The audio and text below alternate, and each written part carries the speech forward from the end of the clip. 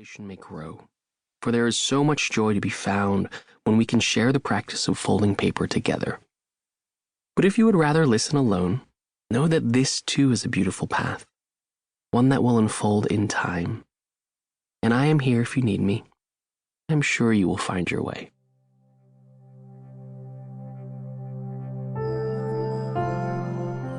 Never rush an act of kindness.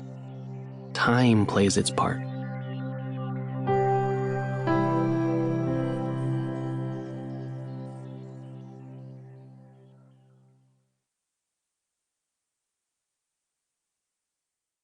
Anything is possible. It was perfectly quiet when Koa stepped out of the house. It was very early, so the street lamps that stood guard outside her home were still wide awake, smiling and chatting away with the others that lined the street. "Good morning, Miss Koa," they said as she passed them by, each one bowing deeply as she made her way towards the end of the road. "Good morning to you too, sir," she whispered back as she scurried up the hill. It was Monday, visiting day, and each week she would wake up long before the rising sun and head to the hospital to visit her grandfather, who had been a guest there for some time now. Koa was only 8 years old, but she would make this trip alone, as her parents worked long hours, and so in the mornings they would sleep in until after sunrise before heading back to the factories. Her brother, Bailey, was too young to make the trip, so he too stayed behind. As she started her journey towards the train station at the top of the hill, a trip she had taken many times before, she began to pick up the pace.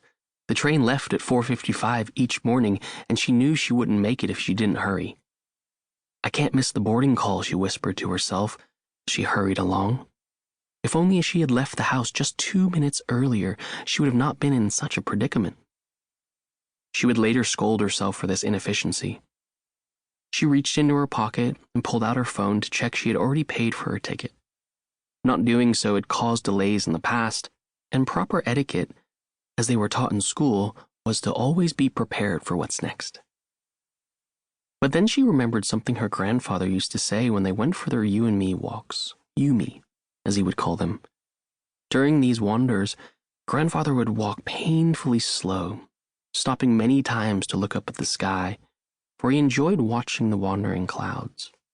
He would say, "Clouds never rush, yet they always arrive, so why should we?"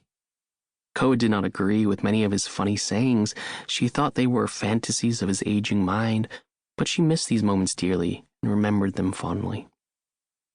In reality, it did not matter if she missed the first train, since the second one would be along a few minutes later, and both stopped just outside the hospital, so either would get her to her destination on time.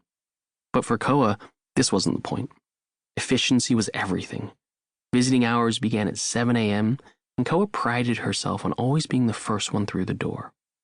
Other visitors, who knew her, would often let her pass to the front of the queue if only to help appease her ambitious mind. As she reached the station, the train was waiting on the platform. It had stayed a few moments longer today to ensure she was on board. It was kindness like this that had helped soothe her anxious soul and made the journey ahead easier to manage. As she climbed the last stair on the platform clearing, she took a moment to zip her jacket up tight. The windows on the train had lots of cracks in them, so a chilly draft would often blow through the carriage.